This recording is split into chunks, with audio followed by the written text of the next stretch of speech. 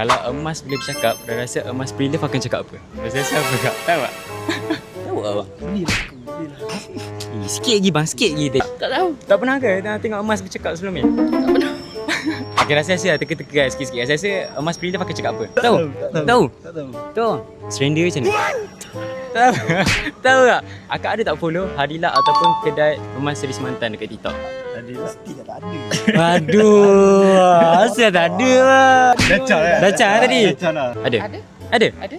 Kedai emas di Semantan tu adalah. Ada follow? Okay, cuba try tengok. Boleh tak kak? Tengok guys, nampak? Okay, akak ni ada follow kedai emas Seri Semantan dekat TikTok. Okay, kalau akak follow Hadilak sekarang, saya akan bagi akak terus. Ni, nah, untuk akak RM50 tu akak. Sama, Masya Allah kak. Jawapan dia apa tau? Aku dulu pernah jadi hantaran, tapi sekarang aku ada di kedai emas Seri Semantan. Sakit lah. Abang tadi tak ada follow bang, tapi tak apa, sebabkan keberanian abang berdua, kita bagilah. Boleh abang? Jangan lupa follow Hadilak dan kedai emas di Semantan. Lepas ni mana tahu rezeki korang pula. Yeah.